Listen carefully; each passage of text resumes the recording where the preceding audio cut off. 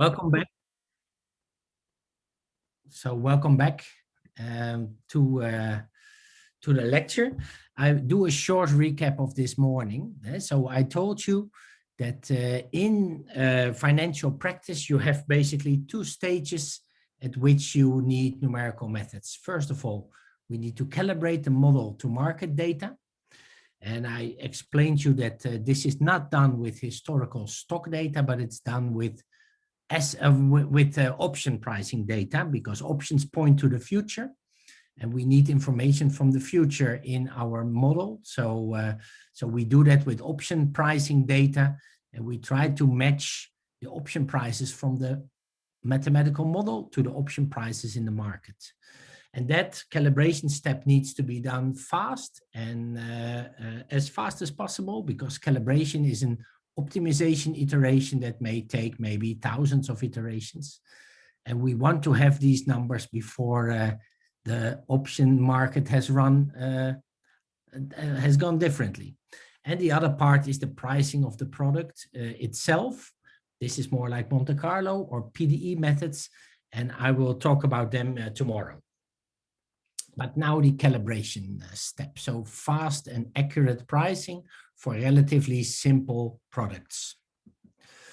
And then I also told you that we are going to look at stochastic volatility, the Heston stochastic volatility model. We have seen the asset dynamics, the SDE, and the PDE for the option pricing. That is a parabolic PDE. It has three independent arguments: time, stock S, and variance nu. So it is a two-dimensional PDE plus time. And it is typically a little bit expensive to price this with finite differences or with finite elements. That is typically a little difficult. So we want to use Fourier type methods. And in the end, we will try to come up with the calibration engine to try to fit 5 parameters: the correlation coefficient rho, which you see over here, the long-term variance nu bar, which you see over here, the speed of mean reversion kappa, which we do see here appearing, the volatility of the volatility gamma, it is here and it is also here, and also the initial variance, which is not in the PDE explicitly, but it plays a role, the initial variance. We are given market prices for calls and market prices for puts. So that is the calibration exercise, and we need to be as fast as possible. And then we have also explained to you that we have the two formulations, the PDE formulation and the stochastic formulation, the option value being the discounted expectation under the measure Q of the final condition, the discounted expectation of the payoff, where S is governed by the SDE, ds is RS dt plus sigma S d omega, and the same relation essentially holds for the Heston PDE. So similar relations hold for multidimensional SDEs and PDEs. And then we are going to take this turn, because again, an expectation is nothing but an integral, but we don't know the probability density function, and we do know the characteristic function. And therefore we want to do the cost method, a method which is based on Fourier-cosine expansions. So the basic idea is we replace the density by its Fourier-cosine series expansion. Then we will see that these series coefficients that appear, they will have a simple connection to the characteristic function.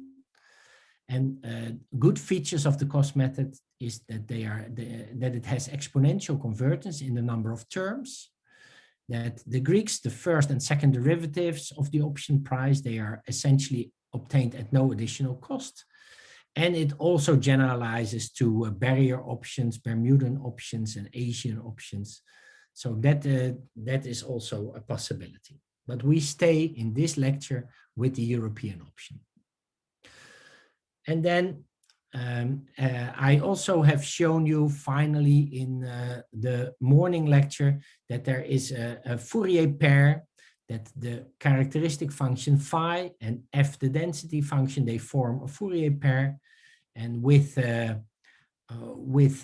f and the Fourier transform as follows: the integral over r e to the iyu fy dy gives us the characteristic function, but the other way around. So if we have a characteristic function, we can also have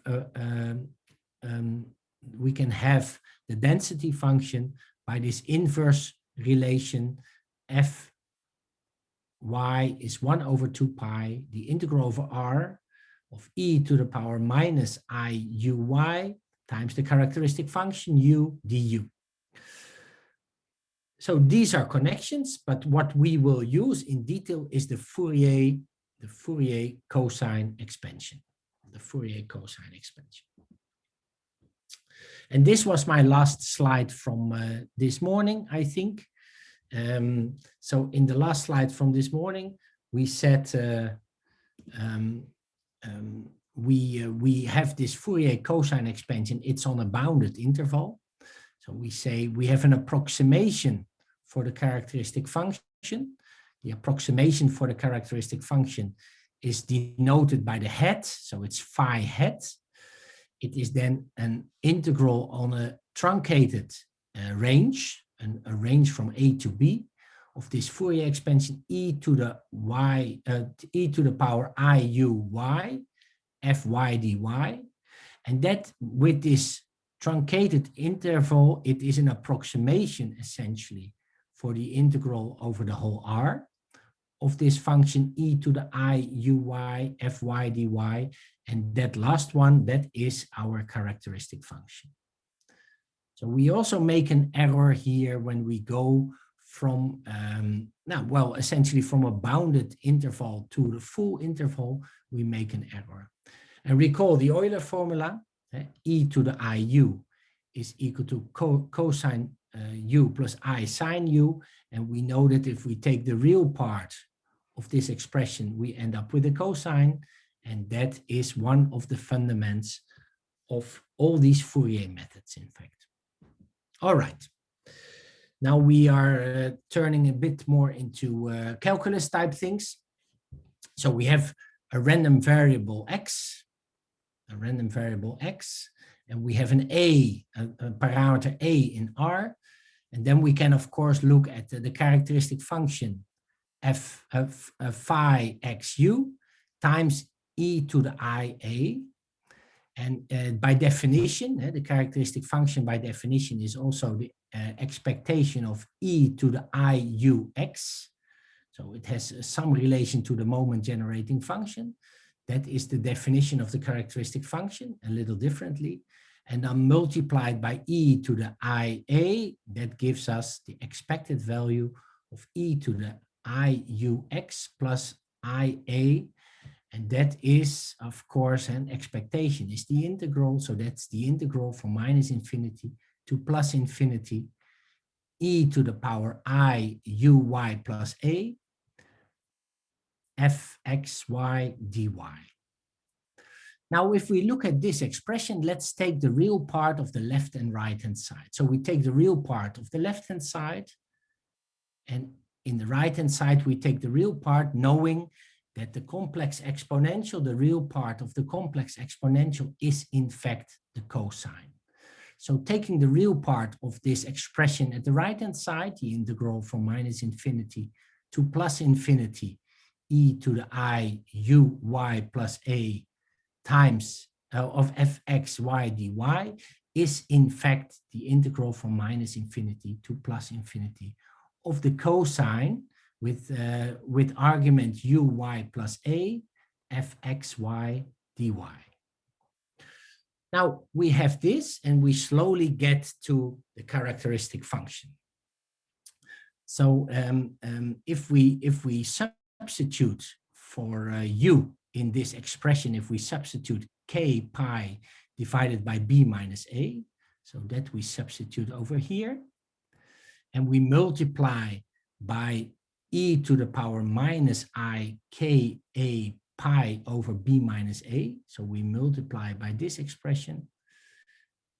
Then what we get is the characteristic function with this argument, k pi divided by b minus a, multiplied by this term, e to the power minus I k a pi divided by b minus a. And this is the truncated one, right? It's the truncated one. This gives us, in fact, this gives us the integral from a to b of e to the power, this expression over here, the exponent I y k pi divided by b minus a from here, and this exponent minus I k a pi over b minus a. So this expression is in fact the same as this. And now we take the real part again at both sides, the real part of this side, and that is in fact the integral from a to b cosine k pi y minus a divided by b minus a. Remember that the complex and the imaginary unit you can take out of the brackets here.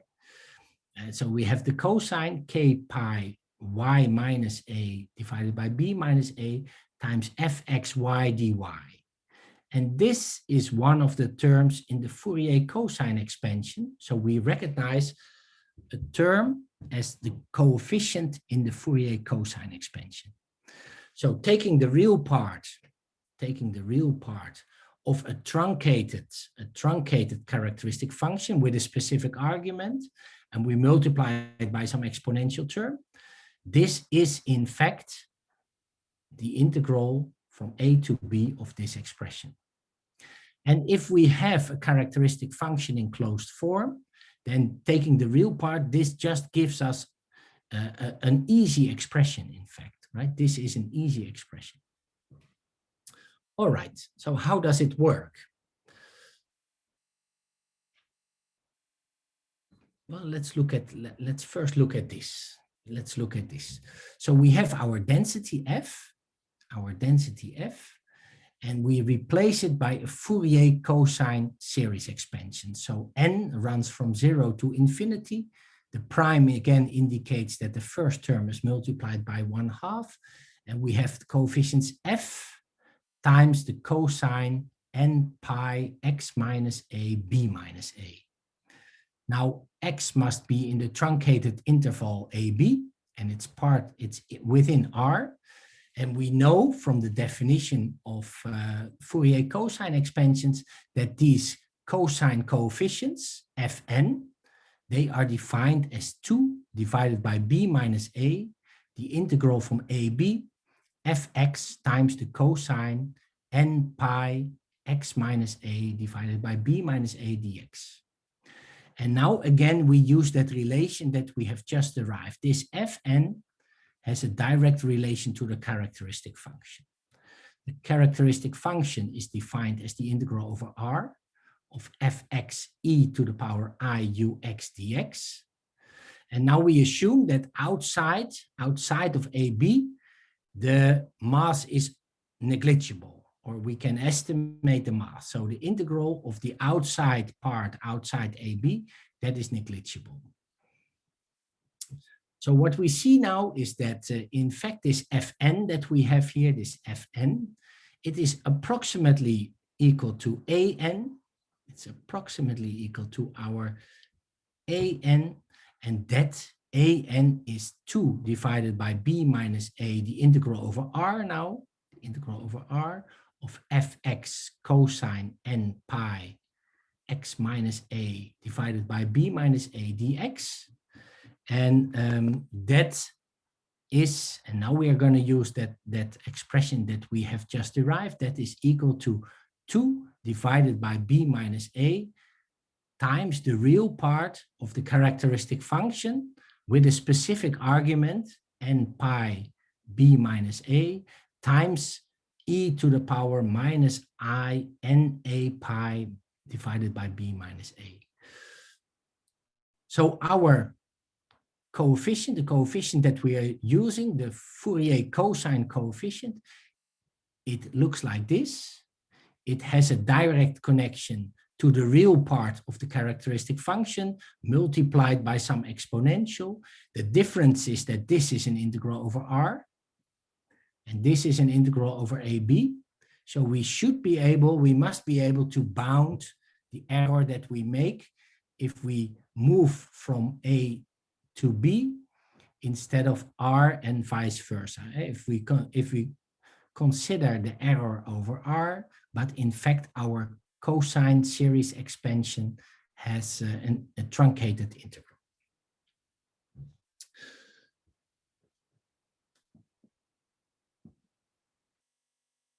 Okay, so in fact what we do, we use that function here. We use that function. We say our approximation for the density.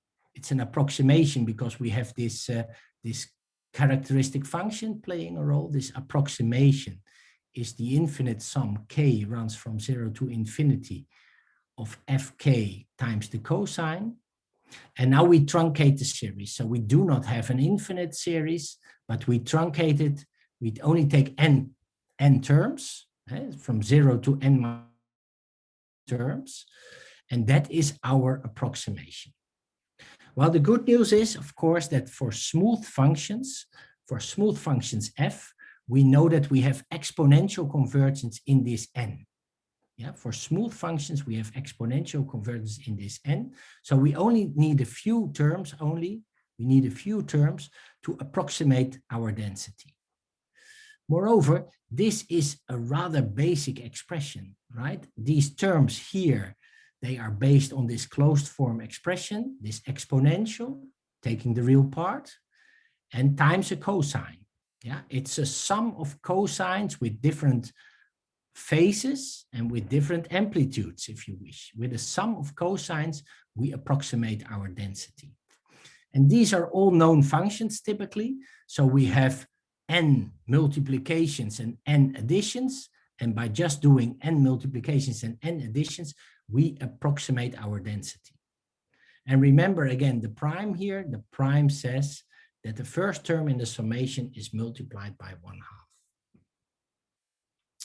What are the resulting errors? Well, of course, we need them. We are in mathematics, resulting errors. It's the series truncation error. Instead of the infinite sum, we have a bounded, we have n terms, and we have an error originating from the approximation of A by F, right? We also have that. And again, we have another notion, since the cosine series expansions of so-called entire functions, and entire functions that are functions without any singularities anywhere in a complex plane, except at infinity, because these cosine series expansions exhibit an exponential convergence, we expect highly accurate approximations with small values of n, the number of terms, and density functions that have essentially no singularities on AB. The smoother the density, the better the approximation. So let's first look just at an experiment in which we recover the density. And remember that in the morning lecture, we have derived the characteristics function for the Black-Scholes price. Now, why do I use the Black-Scholes price? It doesn't seem to make sense, right? For Black-Scholes, we know everything. But on the other hand, it gives us a good example by which we can see how many terms in the expansion we should take to arrive at the exact density. And we have the closed form density for the Black-Scholes case, but therefore we can look at our numerical error, essentially. So it's only a test experiment. Yeah. And the test experiment is, let's recover the density of the normal density. Let's recover the normal density. Although we know it, let's try to recover it with the help of the characteristic function and the cosine expansion. For the standard normal, of course, we know it. We all know it, I think, right? That is the density for the standard normal, 1 over the square root of 2 pi, e to the power minus 1/2 y squared. And the characteristic function, the corresponding characteristic function is e to the power minus 1/2 u squared. Now let's do a little experiment and let's look at the accuracy of the expansion of the probability density function on the basis of the characteristic function for different n values. And we integrate over the interval a, b from -10 to 10. And then we know that there's hardly any mass outside this interval.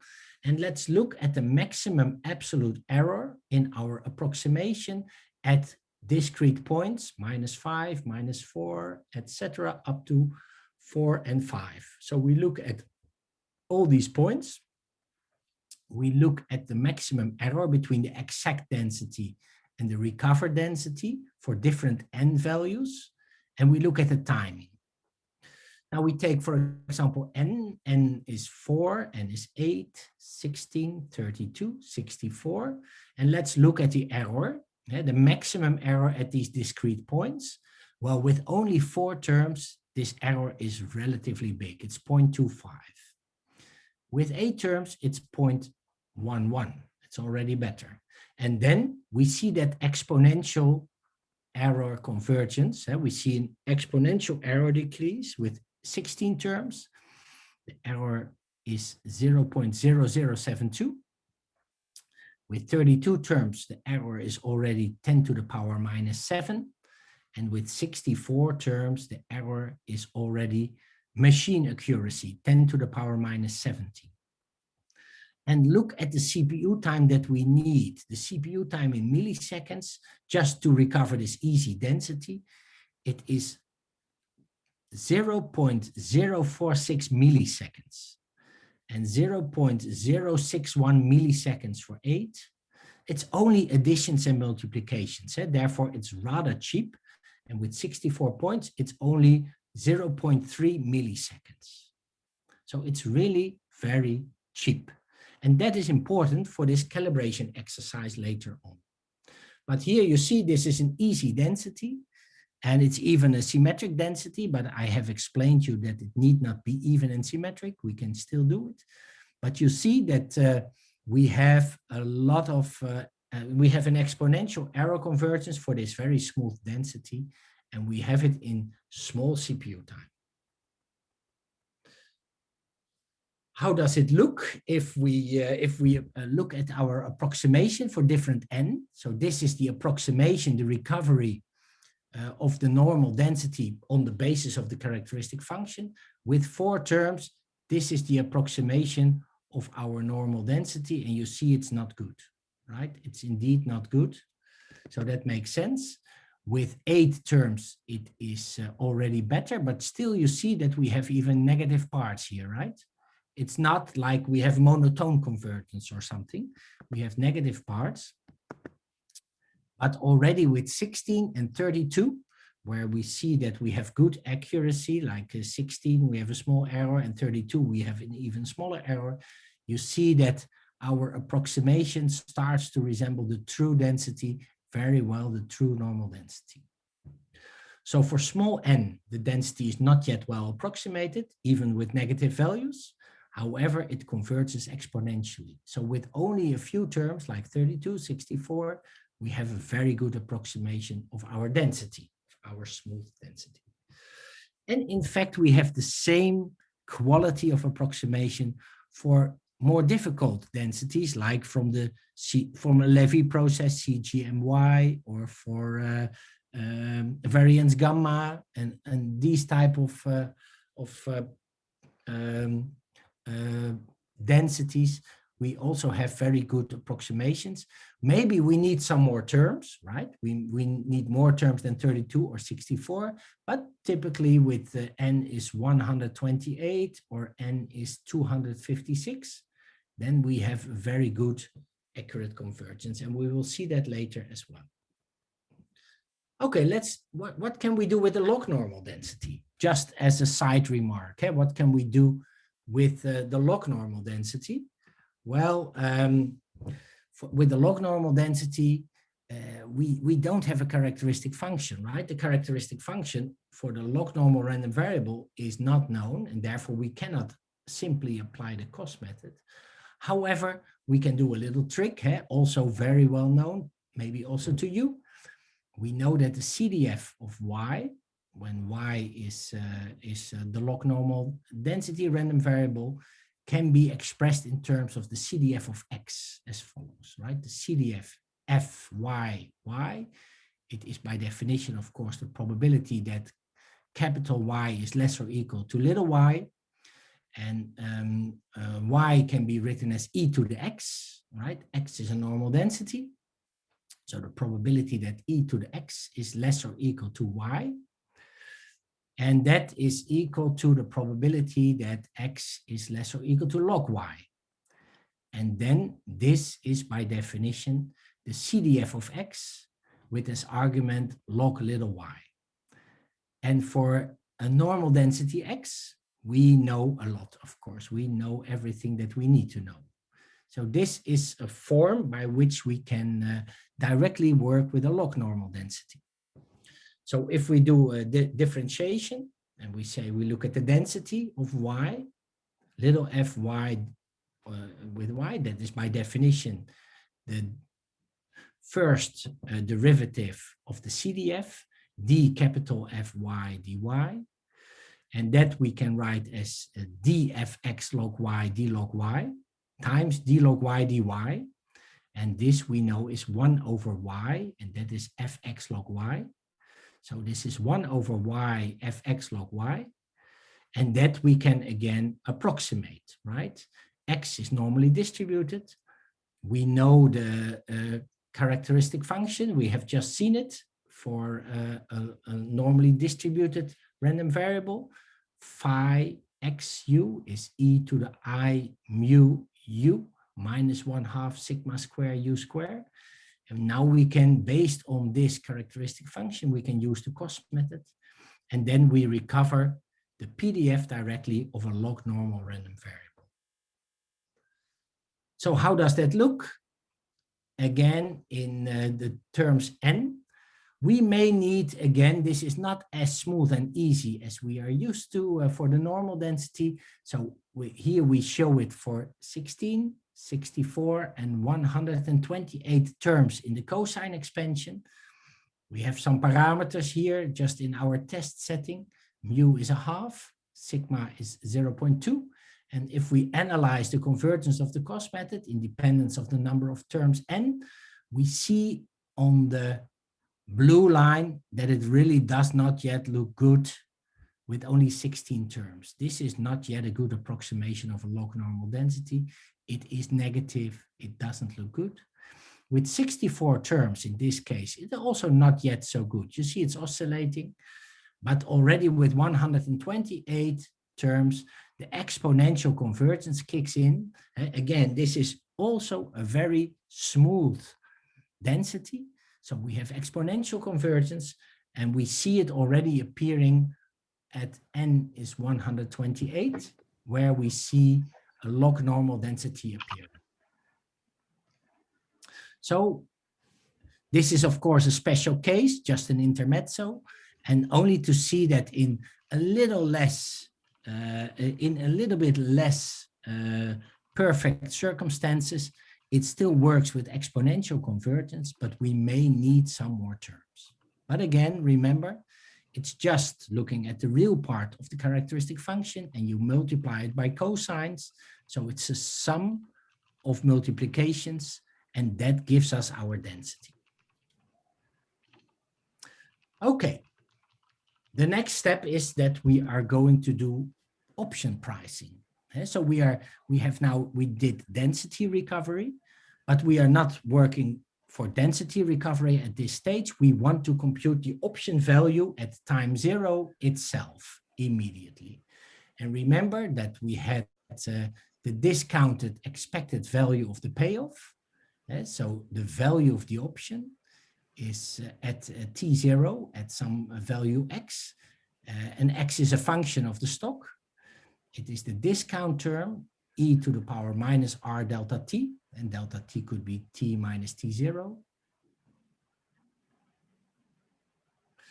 times the discounting of the expectation under the measure q of the final condition, where y is our variable here. It's a function, and y is a function of gt, and x is a function of s0, right? And that, of course, we know that expectation, that is an integral over R of the final condition, y with arguments y and t, f y given x, or with the filtration up to time 0, f y dy. And now we would like to use the cost method to immediately compute the European option value. How do we do that?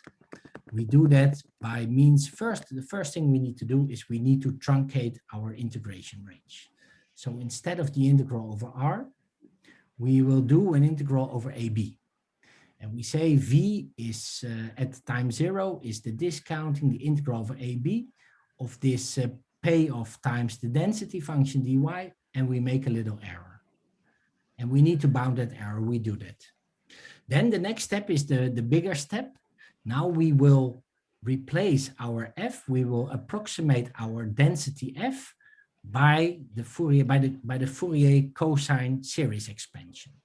So f is replaced by the real part, the sum of n terms, first term multiplied by a half, the sum of the real part of the characteristic function with a specific argument, n pi divided by b minus a, multiplied by e to the power minus I n pi times a divided by b minus a, times some sort of function h.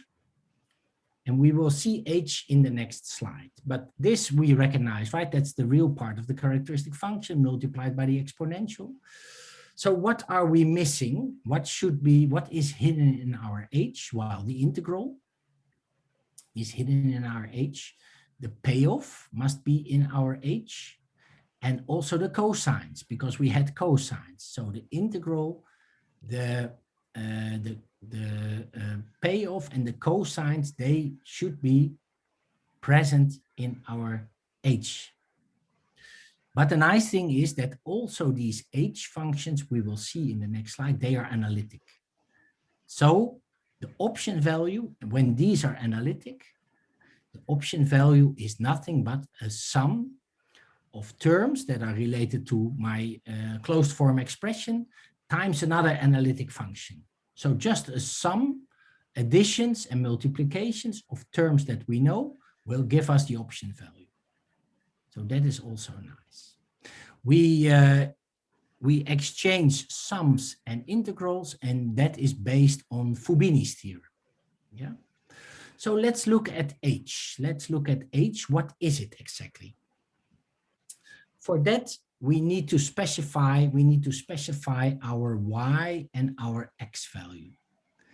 And our y and our x value, I told you it's a function of g0, and this is a function of gt. And the specific function that we choose is the following. For y, we choose it's the log of st over k. The log of st over k. And that is our function for y. Why are we using that? So that's a function of st. It's a bit involved function, the log over st over y. If we do that, how does our payoff then look? Our payoff is then alpha bar, that is 1 for a call and minus 1 for a put, times k, times e to the y, times e to the y, and y is the log, log st over k, minus 1, plus the maximum of this and 0. Well, e to the log, that is of course st over k, it's multiplied by k, right? It's multiplied minus k, minus 1, that will be k, and then the plus. And indeed, we see that for alpha 1, this is nothing but the maximum of st minus k and 0. That is the payoff for a call. And for alpha minus 1, This will be the maximum of K minus ST and 0, and that's the payoff for a put. So this is just a way. This is just a way to rewrite our function in such a way that we end up the same. We do a transformation. With a transformation, we get a nice expression for our final condition. And then if we look at that final condition, it's the maximum of e to the y minus 1 and 0 multiplied by k multiplied by alpha bar. So what is in my function h? What is in my function capital H? My coefficient capital H. What is left is 2 over b minus a. The integral, and we can do the integral from 0 to b of this term, k times e to the y minus 1 times the cosine dy. Why can we do that? Well, this function here is 0 when it's negative. Yeah, so it's 0 when it's negative. This is negative when y, so when e to the y is less than 1, when e to the y is less than 1, this is 0. And so the maximum of this expression and 0, in fact, we can do that, we can represent that in our boundary of the integral. Instead of an integral from a to b, we can go from 0 to b. We can leave out a maximum because it is positive only on this part of the interval. So it's the integral from 0 to b, k times e to the y minus 1 times the cosine dy. That is the part that is remaining as our payoff coefficient in the cost method. And well, we can all integrate e to the y times a cosine, and we can also all integrate a cosine itself in closed form, right? E to the y times a cosine is integration by parts, and that is a function with the integral boundaries b and 0 inside, a function that I call chi, just a function, and no relation to any probability density function, just a function that I call chi here. And the integral of the cosine, that is a function that I call psi here, with also the boundaries b and a. So because of this expression, we also have an analytic form for our h, for the call and also for the put. For the put, it looks similarly. It's 2 divided by b minus a times k times minus the function that we have here, chi, but now with the integral range from a to 0, because that's where this is positive, plus psi also in the range from a to 0.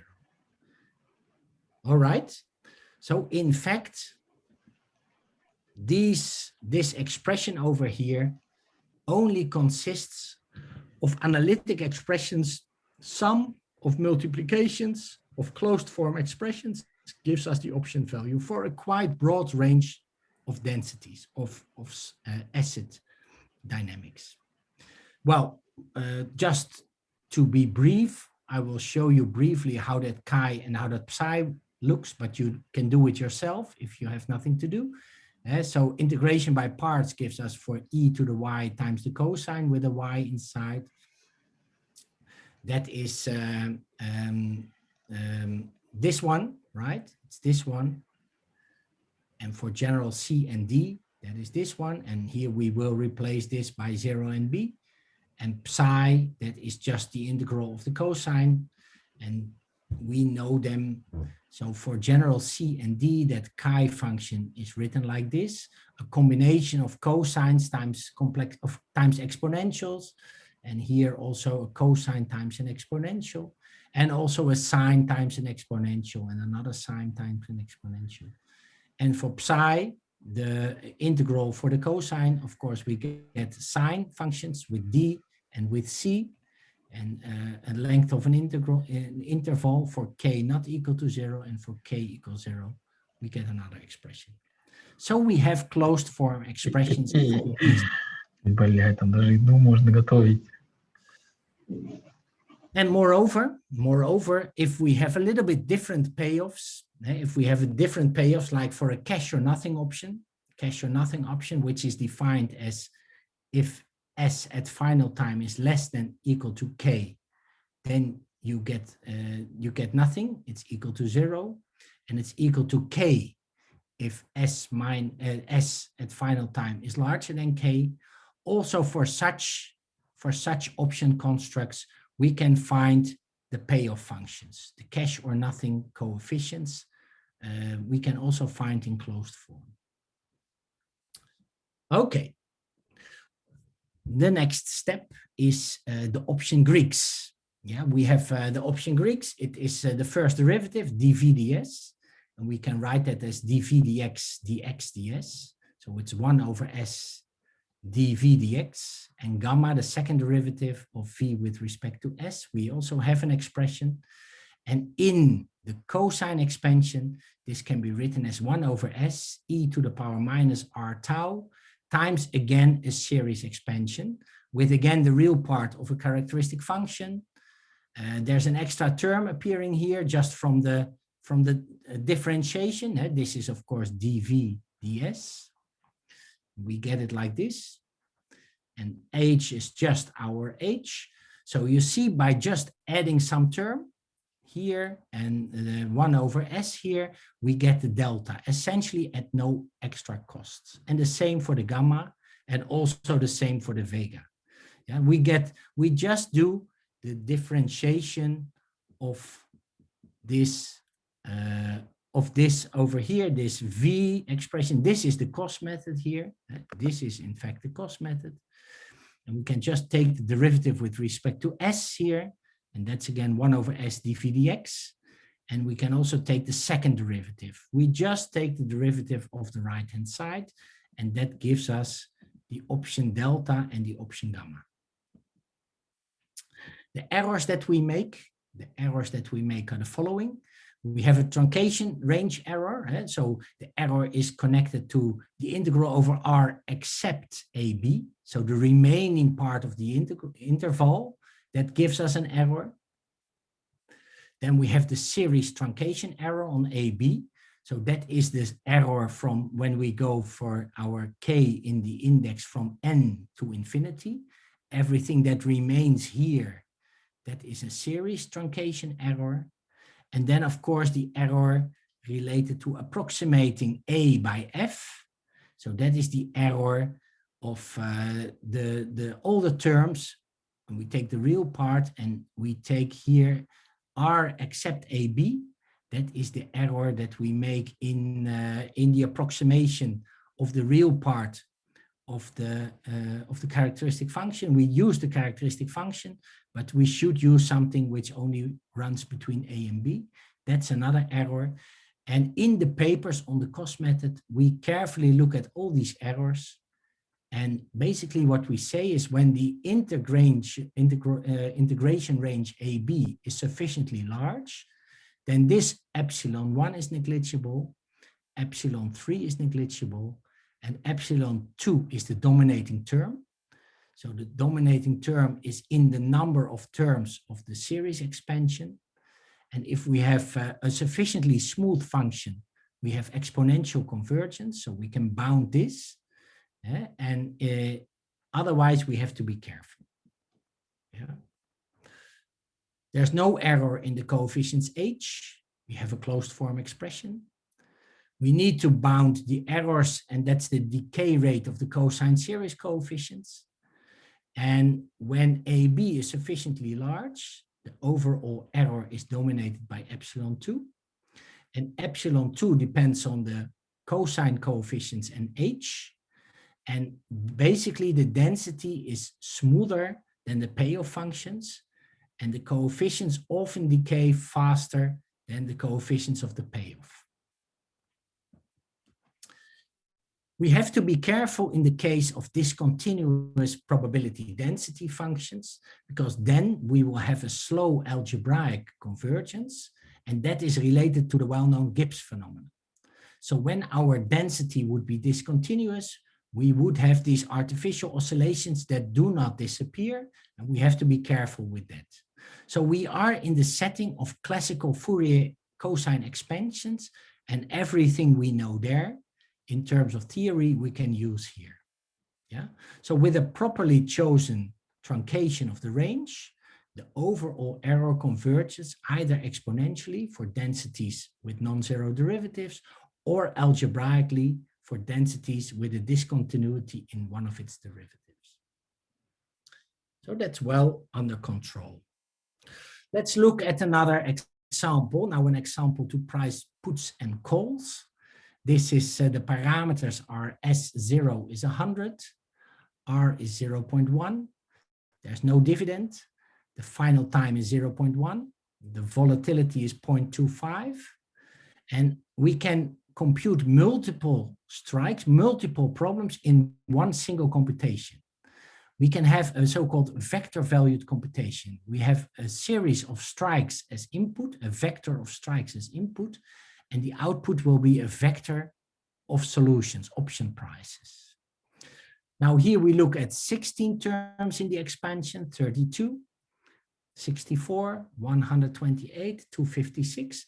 All the time spent to compute 3 of these is just almost 0.1 milliseconds, so very quick in parallel. And the absolute error, well, it's still big with 16 terms, but then we already see some exponential convergence, especially from here. 64 terms, the error is 10 minus 2. 128 terms, the error is 10 minus 7. And 256 terms, the error is 2 minus 10 minus 30. So we see a linear computational complexity by the cost method and a very efficient computation. Cash or nothing can do the same. I will not show it.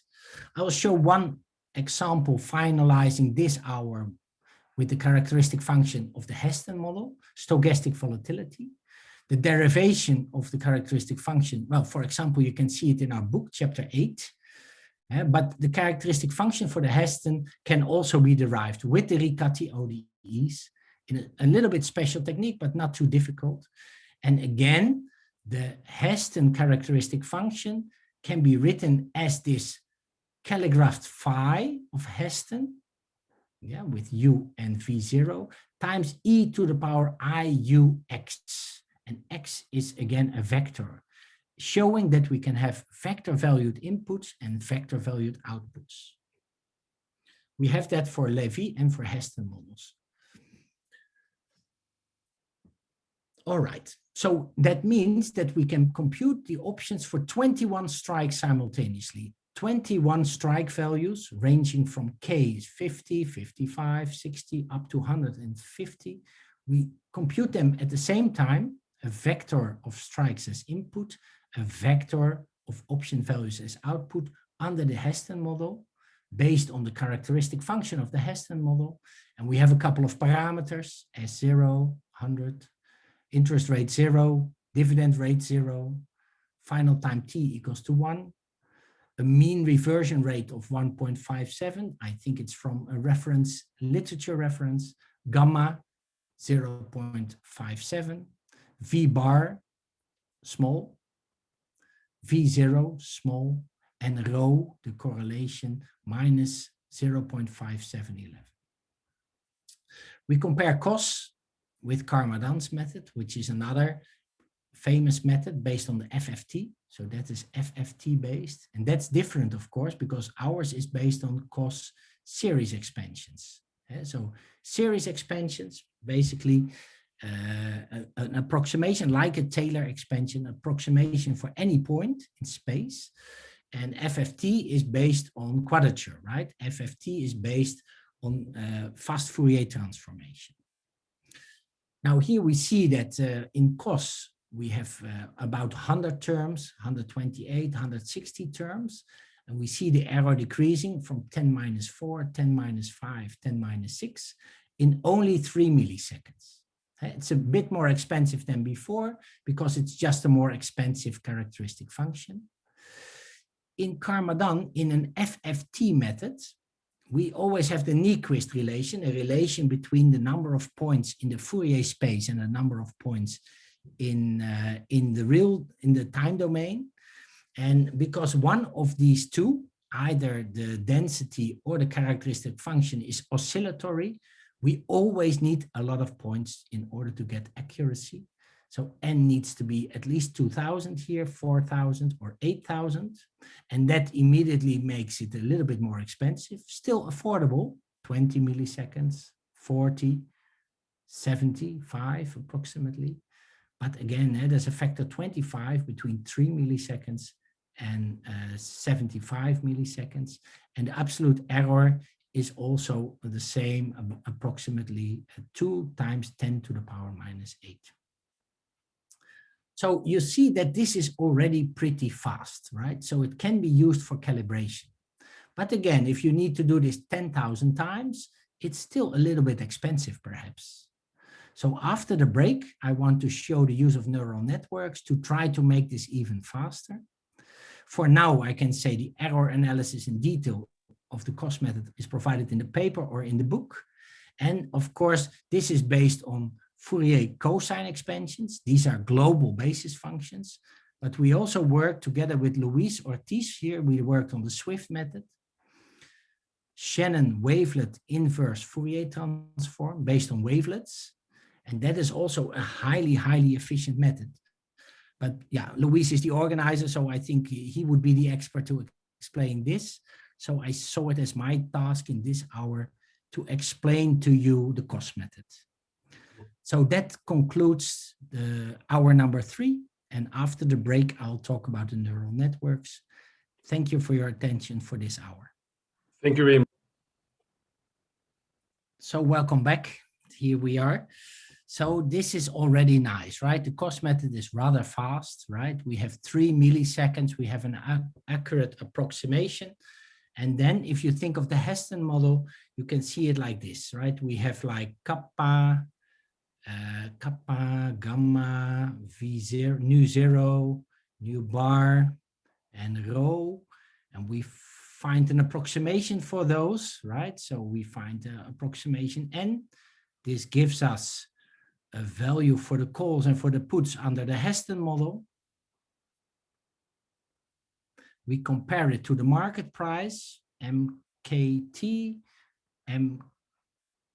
MKT in some norm, 2 norm, for example. And we add them all together, we compare them. And when they are not yet good, when these errors are not too big, we update kappa or gamma or nu 0 or nu bar and rho. And we try this way, we try to iterate and try to converge to a suitable set of parameters, kappa, gamma, nu 0, nu bar, and rho, so that the model, the Heston model price, and the market option price, put and calls are matched, right? We can do that either with these market prices, V, or we can do it with the sigma implied, with the implied volatilities, right? Some people do that immediately with the implied volatility in order to mimic that surface, that implied volatility surface, that smile and that skew in implied volatility over time. We have a time dimension, time-wise surface, a volatility surface. I'm not such a good drawer, as you see, but we try to mimic in over time and over the K, over the strikes and over the time, we try to match the implied volatilities. So this is already fast, like 3 milliseconds, but the question is, can we do it faster? Or can we do it more automatically? How can we do it, and what can neural networks bring us? That was the question in our research together with Swai-Cheng Liu, my former PhD student, now doctor. And then we came up with this CAN, this calibration neural network for option pricing. And let me explain you in this last hour of today how that works. So essentially, we have the CAN, the calibration neural network, consists of 2 stages. there's a forward stage and there's a backward stage. And in the forward stage, we start with our parameters, rho, kappa, nu0, nu bar, and gamma, and we have our option value parameters, strike, time to maturity, stock value now, risk-free interest rate. And so that is our point of departure. And then we have, for example, in this case, we have our stochastic volatility Heston model. And what we now would do in this calibration is we would use the cost method to get an option price. And then we would use this Brent linearization method to get to the implied volatility, right? That is our forward problem, if you wish. We start with the problem parameters and we end up with the implied volatility. That is the forward path. Now, let's first talk about that forward path. And the idea is that can't we just use a neural network to go directly with an artificial neural network, to go directly from the parameters immediately to the implied volatility? So can't we make a neural network that learns the option pricing method, that learns the inversion, the linearization to get to an implied volatility? Can't we immediately go from parameters to the implied volatility surface? So what do neural networks typically do? Well, this is something which is called supervised learning, what we are doing. That is basically a classical way to use neural networks. That is learning with labels. You have an input, like here, you have an input, you have an output, you know the option price, you know the implied volatility. We can, in a test set, we can use the cost method, we can use the Brent, and we can learn for many parameter values, we can learn the corresponding implied volatility. So we have labeled input and we have labeled output, and then this is called supervised learning. Typically, we generate data points from the input parameters. So we use a lot, we vary these input parameters a lot, and all the time we compute the implied volatilities. We calculate the corresponding output. So we use cost method and Brent, but you could also use a PDE or a Monte Carlo. It depends. It's more costly, of course. Suppose you have to make 100,000 samples, maybe. It's more costly. And we do cost method, of course. And we learn either option price or the implied volatility. And by this, we have a complete set of inputs and outputs. The inputs are the data points, the parameters, points of the parameters, and the outputs are the corresponding option prices or the implied volatilities. Then we split the above data set, we split it in a training set and a test set. Then we test the artificial neural network on the training set. We give it a lot of training data as input, and it should learn to, a neural network is based on weights,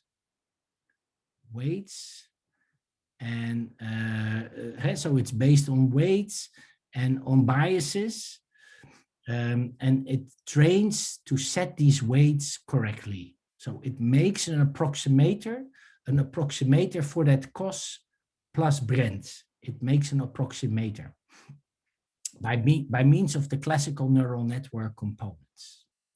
That is the training stage. The training stage is offline. We can do that anytime. We just learn how the artificial neural network can be designed so that the training set, so by training, so that it is good in approximating option values or implied volatilities. And then we evaluate the artificial neural network on the test set. So we have that test part. We evaluate it and we see whether the error that we make in the test set is approximately equal to the error that we make in the training set. When the error in the test set is much bigger than the error in the training set, then we have a classical case of overfitting. We did so well on the training set that we worked so hard on getting the training set perfect that it essentially has no prediction power anymore. Yeah. What you like to have is you would like to be able to have a very good trend here, a very good trend, so that if you have other data that are not in the training set, the other data, that it also performs well on the other data. The data that has not been trained, it should work fine. And then we can have some hope that we can replace the original solver by the trained artificial neural network in a true application. We always have to be careful because we have no theory. Essentially, we hardly have any theory. Yeah, we know from computer science that it works, and we know that what we do with the neural network is like the basic use, and we use it as a function approximator, a nonlinear function approximator. That has been done before a lot, but we have to be careful because we have essentially no theory that it works. There's qualitative theory, something which is called the universal approximation theory. So there's qualitative theory, but there's no specific rule or theory that tells us how to choose the components of the neural network. Still, it's an interesting technology, and still it is a big research field to try to understand the workings of the neural network. So explainable neural networks is still a very important piece of current research. Okay, so we need these two parts. One part is, for example, we had the Newton-Raphson iteration, right? I told you in the first hours that the implied volatility at the new iteration is the implied volatility at the old iteration minus V model minus V market divided by dV d sigma, right? And this may fail to converge when either this G d V d sigma is very small, or when the convergence stalls. And that can happen, in fact.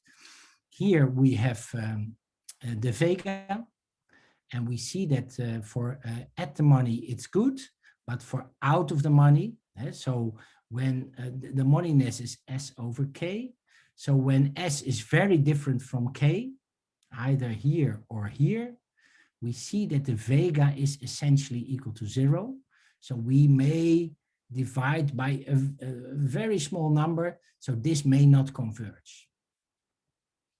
And the same here, we have the volatility here, and we have the option price here, and we see essentially for different moneyness values, we see a straight line, so we see that there is no gradient at all, right, in some parts of the domain. And that's not good, because that makes that this method doesn't work. And I tell you here that we would use many different values for rho, kappa, V0, V bar, gamma, and K, and tau, and S0, and R. We would use many different values, and we would always need to compute the implied volatility. It should always work. I don't know when I choose K and S0, I don't know beforehand whether it's in the money or out of the money or at the money. I don't know. It should always work. I really need robust learning components. Yeah, I need robust learning components. Only then my neural network, my learning stage will work. I don't want in 100,000 computations that for half of the computations, the iteration doesn't converge. So we will not use Newton-Raphson, but we will use, as I mentioned, because the vega becomes close to 0 in certain regions, we will use a derivative-free, robust and efficient root finding method, which is Brent's method. And again, that is also the basis of F-min-con in MATLAB. It combines bisection, inverse quadratic interpolation, and the secant method. And in order to determine a next iterand, so a next approximation for the implied volatility, it starts with an inverse quadratic interpolation with 3 prior points, and it has some combination of sigma k minus 1, sigma k minus 2, and sigma k in order to determine sigma k plus 1. And it has a specific combination, which is an inverse quadratic interpolation. And when two consecutive approximations are identical, then immediately we fall back to one of the other known methods, which is known to be robust, like the secant method. It can never go out of an integration interval. It will always converge, but for that, it's a little slow. It's a little bit more slow than the Newton approximation, for example. But for us, it's most important with all these different parameters that it always works. So therefore, in this small part here, in this part here, from option price to implied volatility, we will use the Brent method in the learning of the neural network. And here we use the cost method, but you can imagine we will not use the most efficient version of the cost method. It should always work, also the cost method, which means we take a large AB, and we take a large interval. If we have fat tails because of some parameter combinations, it should work. So we take a large AB and we take a large n value. So we take many coefficients in the Fourier expansion, a large domain and a large value of the number of terms in the expansion. And that is all for robustness, right? We learned ourselves how we can approximate highly peaked densities or very fat tail densities. We learned that, and we know that if we really take a large AB and a large n value, we still have exponential convergence, but we know that it always works, essentially. Yeah, we have a setting which is not of the highest efficiency, but that's not important because this is the training stage, and the training stage is done offline. Yeah, you can run a training stage overnight, for example, and then you have a learned artificial neural network, and you can use it online to approximate. And I will tell you how that works. This is an important thing that I like to tell you. There are two things that are difficult with neural networks. First of all, it's difficult to approximate steep gradients. Yeah, so if we have a function with a steep gradient, a neural network has difficulty to approximate this. It is well known from the literature. Yeah, suppose we have our target function, just a function, y of x is tangents x, and x runs from 0 to 1.55. Well, this is a function that we all know from high school, so that is nice. And we know that the gradient grows exponentially when the independent variable x approaches the upper bound, right? We have an asymptote, right? We know the first derivative, y prime, it's 1 over cosine square. And we know that this one turns to 0, and when this one turns to 0, the gradient will explode. Now, let's do an experiment and see what happens with our neural network. We have 5,000 data points. They are equally distributed in our interval 0 to 1.55. And we can take 90% of the data for the training set and 10% for the test set. And we do 2 experiments to study what an artificial neural network can do. The first one is we fix the number of layers in a neural network. So we have an input layer, we have an output layer, and we have the so-called hidden layers with neurons. And here we have 2 hidden layers. The number of hidden layers is fixed to be 2. And then we vary the number of nodes per layer. Yeah, a neural network consists of layers and nodes, and we see how well the approximation of such a steep gradient function goes. And we see when the number of nodes is 20, the error, the mean square error is still like 1.4.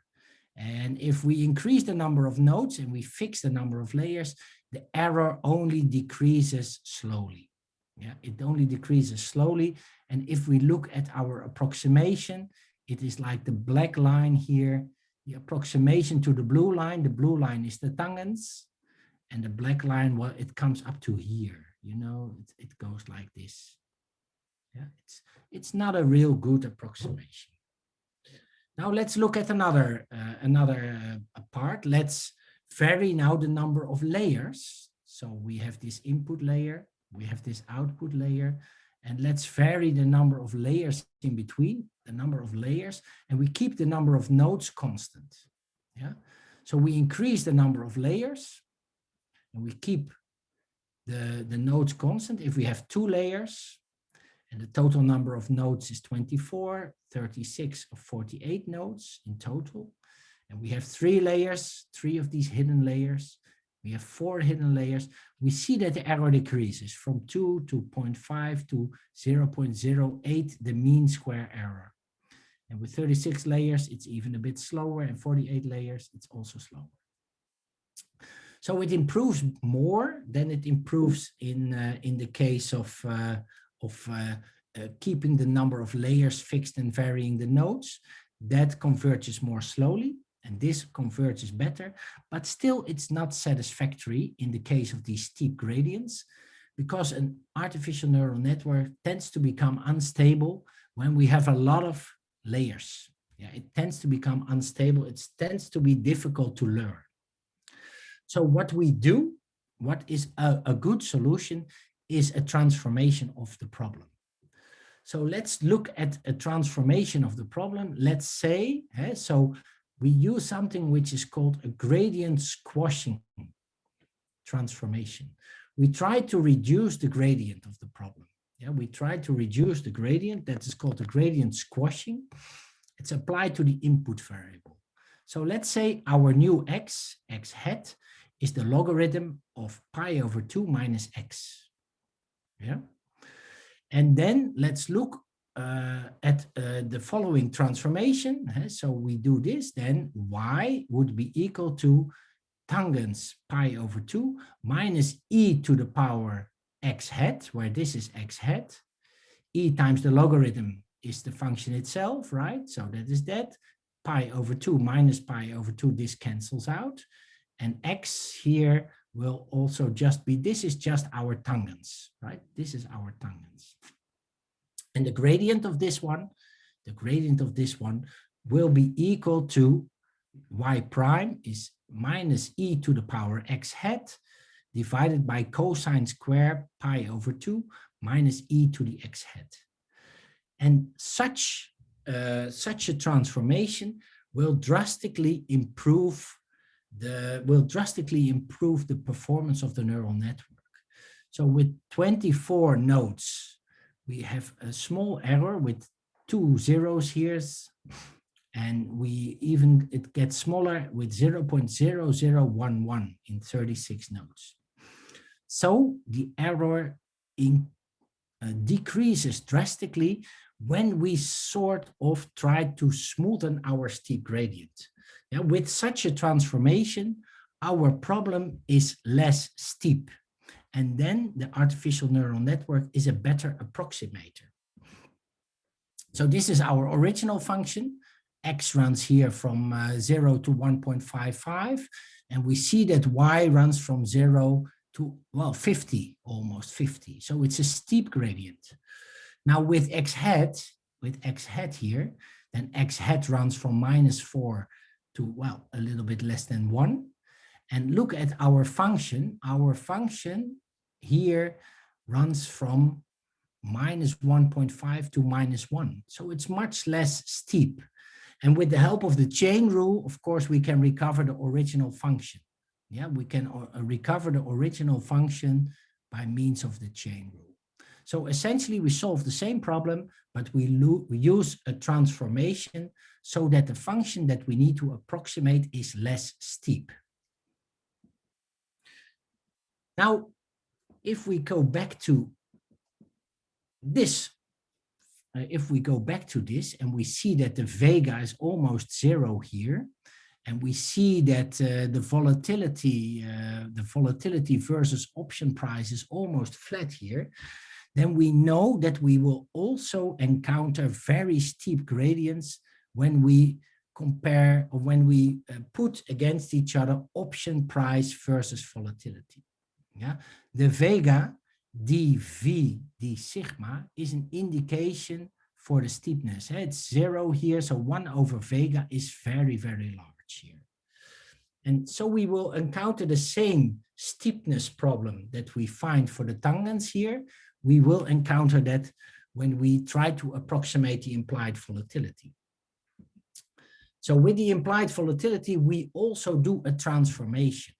We also need to do the gradient squashing technique in order to approximate the implied volatility. And how do we do that? Well, we do that as follows. We look at a scaled input. We look at a scaled option price. So first we compute the option price with the cost method, and then we look at the scaled option price. The first thing we do is we say our option price, we subtract the intrinsic value. We subtract the maximum of ST minus K times e to the power minus R tau. We subtracted the maximum of this and 0 from our obtained option value. We call that V hat. And then we even log scale the intrinsic value. We log scale, so we take the log of V hat over K. And that is the variable that we work with. Because with this, we have again, if we have this, this log value here, and if we have that log value over here, and here we look at the implied volatility, it is just much less steep. Now here you see the result of a neural network, and we look at the mean square error and the mean absolute error, the maximum absolute error. And here we do a neural network, and we have as input S, K, tau, time to maturity, R, V divided by K, which is the moneyness, and the output is the implied volatility. And here we use exactly the same neural network, the same number of neurons, the same activation function, everything the same. But here we use as the value to learn, so the input is here V over K for that last part. Here the input is that log of V hat over K. Yeah, so the log of V hat over K, and the output is sigma, the implied volatility. Now, if we look at our mean square error, this one is approximating a steep function. This one is approximating a steep function, and we see that the error is in order 10 minus 4. And the maximum absolute error is like 10 to the power minus 2. Now, if we do this log transformation, the same as we did in the case of the tangents, we get a much better accuracy. The neural network is much better at approximating. It's 1 times 10 minus 8 as the mean square error, and the maximum absolute error 9 10 to the power minus 5. So it's much better in approximating because we made the function essentially less steep by scaling the input variable. Yeah, so we scaled the input variable and we made it much less steep.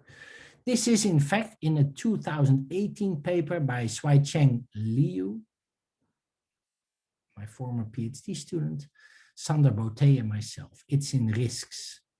And I think the paper is referred at the end of this slides. So that is an important part. So this part here, for this part, we need to use something with a scaling. We need to use something with a scaling. However, we want to go immediately with the artificial neural network from here to here. Still, within the learning, it will be important to have here something good. Okay, that's the steep gradient. The other thing, okay, let's see what it brings us. Let's calculate the implied volatility. I denote it by IV. It is one of the most frequently executed tasks in practice. And our paper developed a neural network to learn the 1D inversion of the Black-Scholes equation. Let's compare. We had as iterative algorithm Newton-Raphson, Brent, the bisection, and the implied volatility artificial neural network. On the CPU, the Newton-Raphson takes 23 seconds. We do 20,000 different cases. For 20,000 different cases, always getting the implied volatility would take us 23 seconds on a CPU. Brent is more expensive, a factor of 3, it's 60 seconds. Bisection is even more expensive, 390 seconds. And look at this, the implied volatility artificial neural network only takes 2 seconds for 20,000 cases. However, of course, Newton-Raphson is not robust. So it failed for like 10% of the cases. It failed.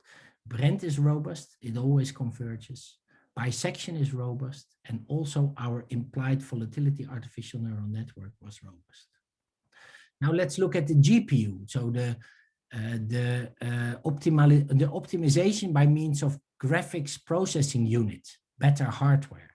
We win just a little bit with Newton-Raphson. We win a little bit with the Brent method. We win a little bit with the bisection. And here also the neural network can still win a lot. We can win a factor of 7 or 8 or 9 if you wish, just by looking at different hardware.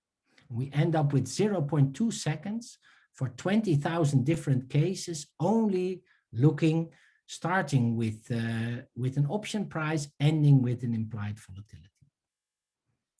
So that is some sort of quality that is important in this sense.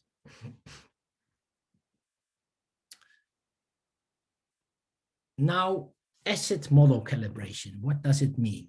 It means the following. We would like to optimize the difference between the model value, let's call it Q, and the market value, let's call it Q star. Before I called it QMKT, right? And we do that as follows. We define a functional which depends, a functional which depends on the parameters theta. These could be our 5 parameters in the case of Heston. And we look at a functional, some norm of the distance between the model and the market, some weighting parameter, weighting, and then the sum over n values, n market values, if you wish, right? The weighting, why do we need weighting? Well, some traders want to have an accurate at the money. So at the money, they consider much more important than out of the money or in the money. And moreover, we need a regularization term, a regularization factor that makes that we converge, in fact. So it's a regularization. Now the Q here could be either an option price or an implied volatility. M here is the moneyness, so we always look at S over K. Tau here is the time to maturity. N is the number of samples. And lambda is the regularizer. And the objective function is to minimize theta in Rn, to minimize this function over theta in Rn. And if we have Heston, then theta, capital theta, consists of rho, kappa, gamma, nu bar, and nu zero. But that's not easy. It is essentially solving an inverse problem, and that is computationally intensive. And moreover, this objective function here is often, non-convex. Yeah. For example, if we think of Heston, and we have a kappa and a gamma. Now a large kappa and a small gamma essentially give us the same option prices as a small kappa and a large gamma. We don't see so much difference in the probability density function, for example, or the distribution for a small kappa and a large gamma and a large kappa and a small gamma. So there are multiple solutions that are very similar. And that's what we say, that these objective functions, they are often non-convex, they are non-linear, especially if you have many parameters to calibrate. It is not so easy because, again, there are multiple solutions that may give a very similar value for the objective function. And we have to deal with that. So if we want a calibration tool, we need a fast and generic calibration framework. It should comprise 3 components. First of all, an efficient solver, a global optimizer in a way, because, because of these valleys, right? Multiple minima when calibrating Heston. Here we also see the speed of mean reversion, kappa, and here we see the volatility of volatility, gamma, and we see that there are multiple valleys with more or less the same functional, right?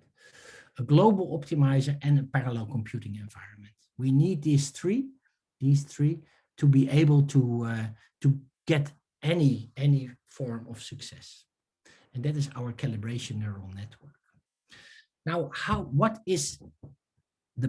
how does it work in our case? Again, we have these 2 phases. We have the forward path and the backward path.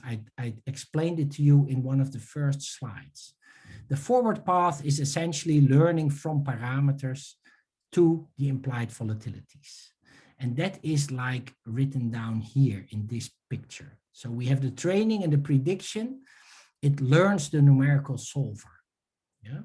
And then the other phase, the backward phase, is the calibration phase. It inverts the trained artificial neural network. And these 3 phases, training and prediction in the forward phase and the calibration in the backward phase, they are considered as a whole.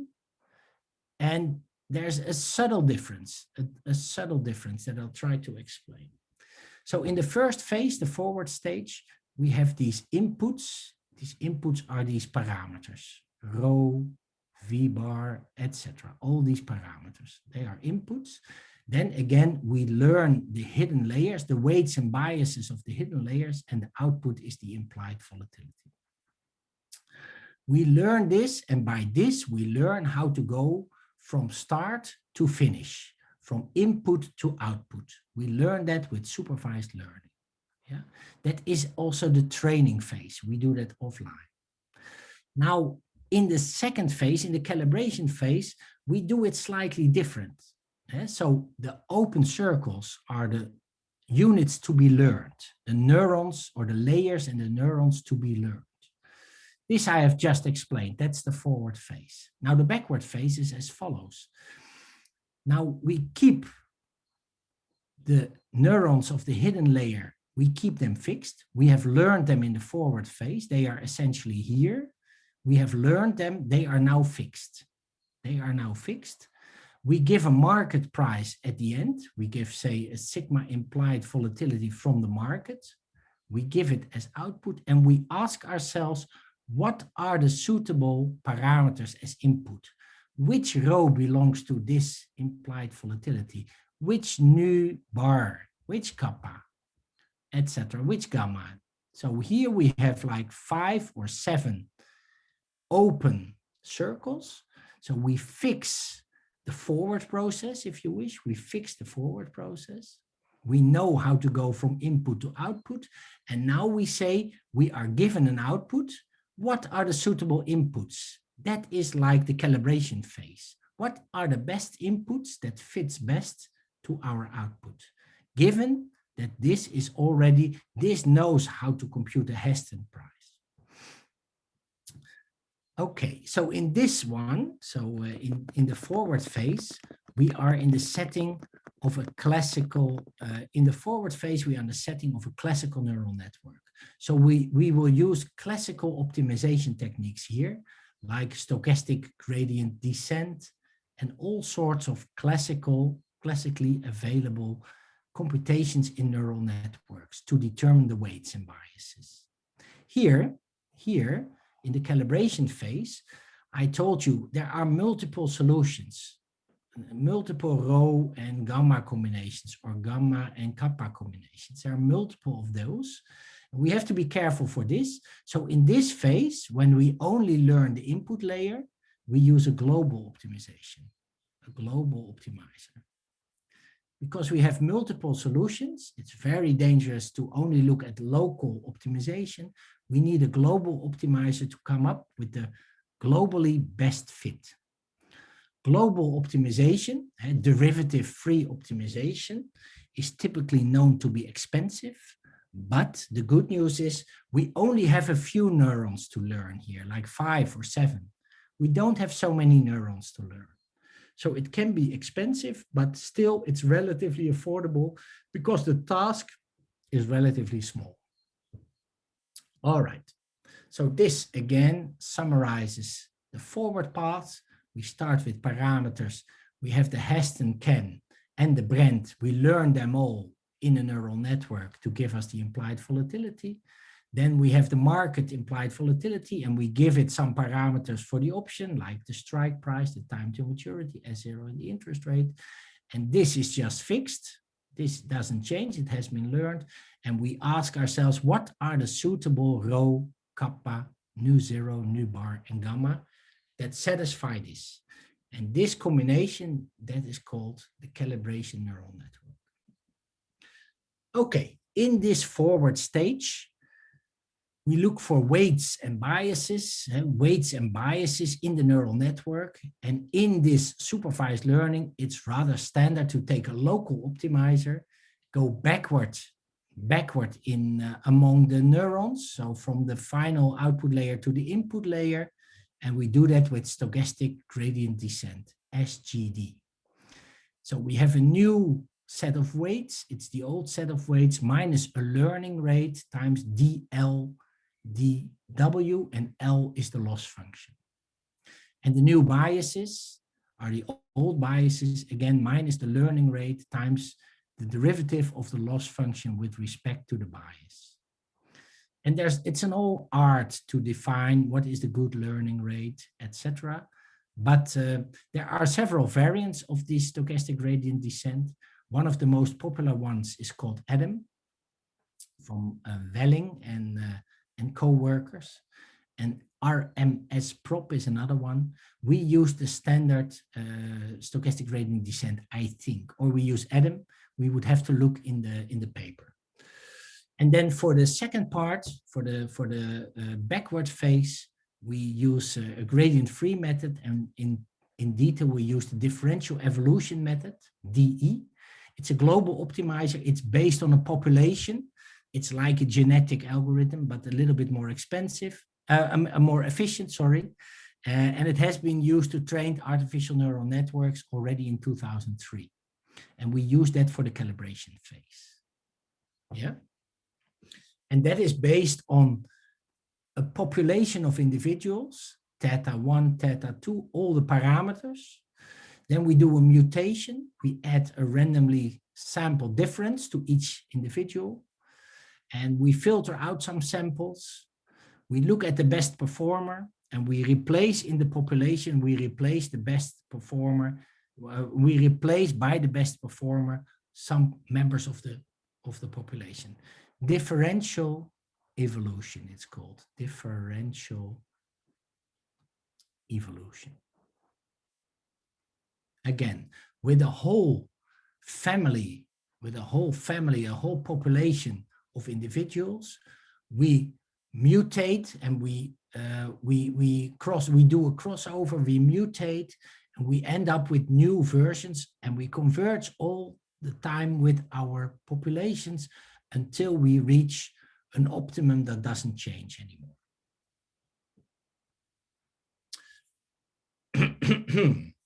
All right.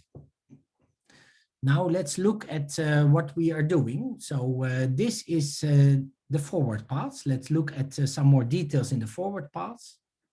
So we have a training data set with implied volatility as the target quantity. What is our input? The parameters, moneyness, S0 over K, time to maturity, the risk-free rate, the correlation rho, the reversion speed kappa, the volatility of volatility gamma, the long average variance nu bar, the initial variance nu zero. And we have a parameter range in which we sample from 0.6 to 1.4 for the moneyness. Time to maturity from 0.05 years up to 3 years. The risk-free rate from 0 to 5%. Well, we could choose it negative even, right? The correlation from minus 0.9 till 1. The reversion speed from 0 to 3. the vol from 0.01 to 0.8. The long average variance from 0.01 to 0.5. So we vary these parameters, and we do that with Latin hypercube sampling. Then we compute the option price by a robust version of the cost method, and the value of the option price is somewhere between 0 and 0.6 in this scaled case. And we have an implied volatility, sigma. We do the Brand method in the learning phase, and we do that between 0 and ranges between 0 and 0.76. Now, there's one thing important that I'd like to communicate also to you. We learn always, we train on a slightly bigger parameter set than that we test. So when this is from 0.6 to 1.4, from 0.6 to 1.4 in the training, we take a little bit off here and here. And in the testing, we may go from 0.65 to 1.35. We do not evaluate the values in that small range, because in that range, the interpolation, the approximation quality of the neural network is not so good. So while training, it's better to take a little bit bigger range than during the testing, because at the boundary, the neural network may not always be highly accurate. That is also a well-known fact, and therefore we will have a slightly different range in the training than in the testing. Now, the evaluation of the Heston the forward paths, it says the mean square error is, for training, it's 8 times 10 to the power minus 8 in mean square error. And for testing with samples, with combinations of these parameters that have not been trained before, the error is 1.2 10 to the power minus 7. And because these two are very much alike, we conclude that we don't have overfitting. It's not that the training is much, much better than the testing. All right. Now, this is a finer detail. We, in order to be efficient, we really need a parallel differential evolution. So if we have this population of candidates and they do the crossover and the mutation, we do them all together. We do them all together on the GPU in order to get some performance. So with a conventional global search, it's not fast enough. We need a parallel version. All right, these are details that I will not discuss. And this is one of my final slides here. So we calibrate with 35 samples. We have 7 strike prices and 5 maturity times. We have like the average performance is over 15,000 test cases. Yeah, we have 15,000 test cases that are evaluated. The GPU time in seconds is like less than a second. The GPU, the graphics processing time, is like half a second. And then if we suppose we know the true values, suppose we know the true values of the parameters, then the distance in parameters is like 10 to the power minus 4 for the initial variance. For nu bar, it's like 10 to the power minus 3.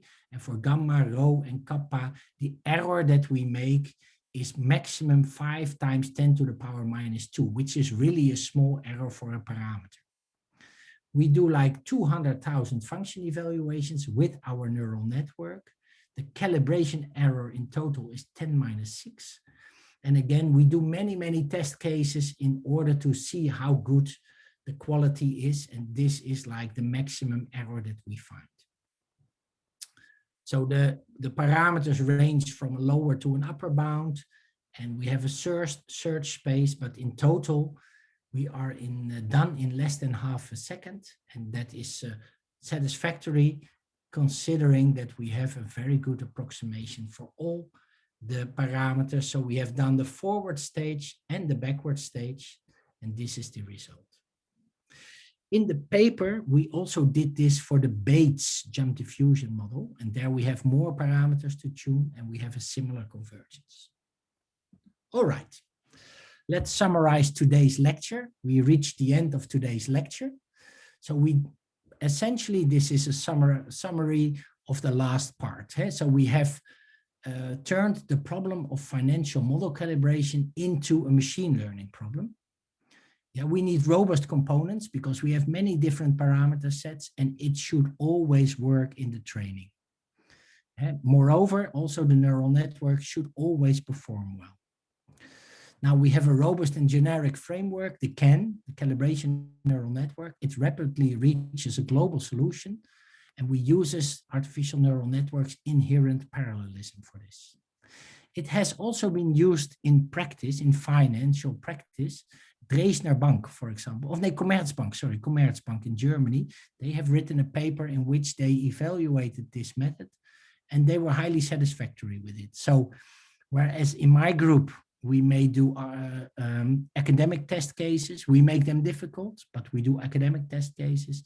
It has also stand the test of industry, the industry test. We have one neural network which solves two problems. The forward path solves the numerical solution of models, and the backward path does the model calibration and the sensitivity analysis.